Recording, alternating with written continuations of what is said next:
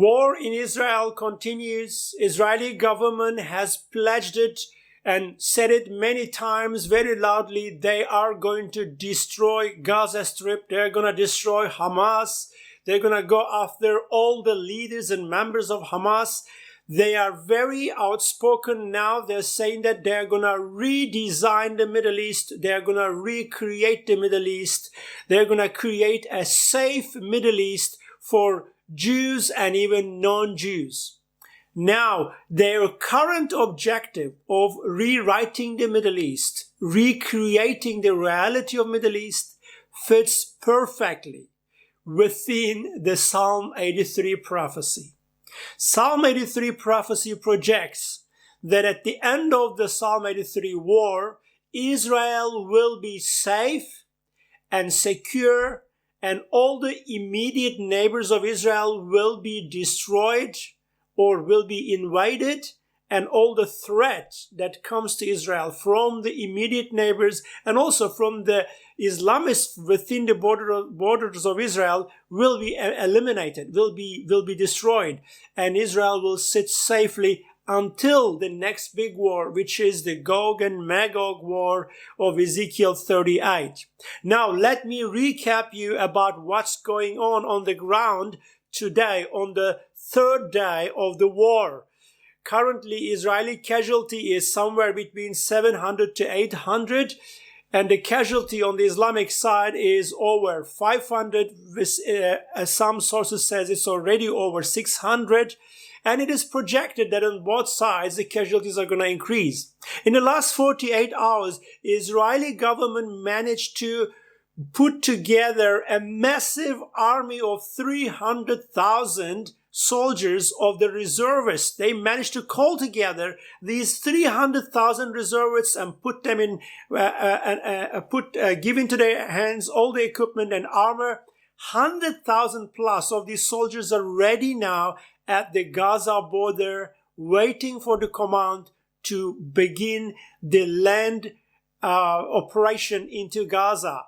And at the same time, on the northern border, Hezbollah started firing rockets, and Israeli Defense Force responded with missiles and airstrikes into Lebanese territory to eliminate the source of those rockets from Lebanon, which comes in the name of Hezbollah, which is a much bigger and much more dangerous terrorist element. But Hezbollah and Hamas, they are just brothers in arms. They are just in different names, but the same objective.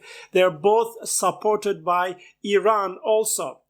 And what is very interesting is the entire Israeli population is now suddenly united.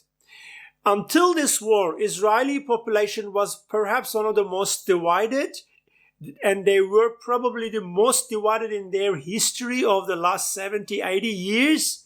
Since 1948, they have never been as divided as they were until this war.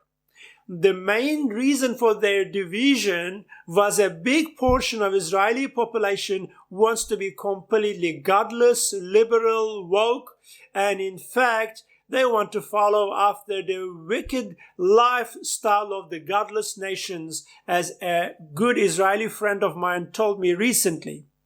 Israeli government under Netanyahu's regime and his right-wing government was more in favor of establishing a Jewish culture that is in line with the Torah and the religious customs that comes out of the Old Testament and the Israeli Torah. So that was the big problem. That division was so serious that many Israelis was threatening the government by refusing to do their duties, even in the army and the IDF and Air Force, etc., etc.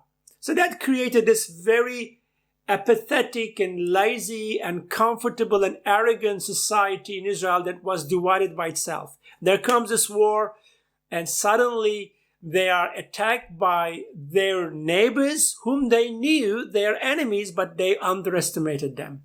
The surprises that came on the Shabbat day on the 7th of October, but it was very interesting that exactly 50 years ago, on the Yom Kippur Day, on the 6th of October at that time, Israel was again caught off guard by an Islamist attack. But I must explain to you that this attack that Israel is facing is incomparable to anything they ever faced. According to the Israeli government officials and IDF spokesperson, this attack is the second biggest devastation Israel suffered after the Holocaust. This is the biggest disaster, biggest casualty Israeli nation suffered after the Holocaust. They liken it to Pearl Harbor or 9/11 that America has suffered. As a result of that, they are very, very determined. They're going to go after the Hamas, and whoever joins this war, they're going to go after them. They're going to rewrite the Middle East, redesign the Middle East. They're going to create a safe country for their citizens, no matter at what cost. They are determined on this. They are moving forward. If you have watched the news, in the last night, Israeli Air Force literally obliterated the Gaza Strip. Gaza Strip is now devastated. The ferocious wrath of Israel is raining down on Gaza Strip in the forms of missiles and bombs. And 100,000 strong Israeli army is just waiting for the command from their commanders to march into the Gaza Strip. In the northern borders, Israeli army is on alert.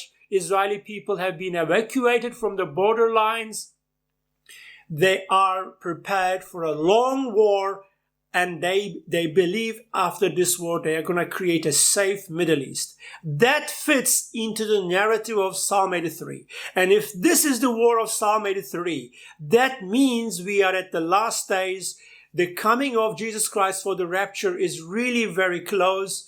And what I find very interesting is, as these things are happening, we observe Iran and Russia and Turkey, the axis of Gog and Magog is more and more coming closer. And that will be the next big war of Israel. This is not right now. I see some people have been asking me if this is the Gog and Magog war. No, this is not. Some people saying, is this the war of Ezekiel 38? No, this is not. This is most probably the Psalm 83 war, but this is definitely not the Gog and Magog war. And let's see what will happen as the days unfold. And in the meantime, I want to urge you again, pray for the salvation of people. No Jew is saved if he's not a believer of Jesus Christ. No Gentile is saved if he is not a believer of Jesus Christ. Pray for the Jew and the Gentile that they give their lives to Jesus Christ in these terrible times. It is a very terrible time to be in Israel or in the vicinity of Israel right now. And all those millions of people living there, this might be for them the final moment to give their lives to Jesus. So pray that they will give their lives to Jesus Christ. May the Lord Jesus Christ bless you. Until I see you again, goodbye.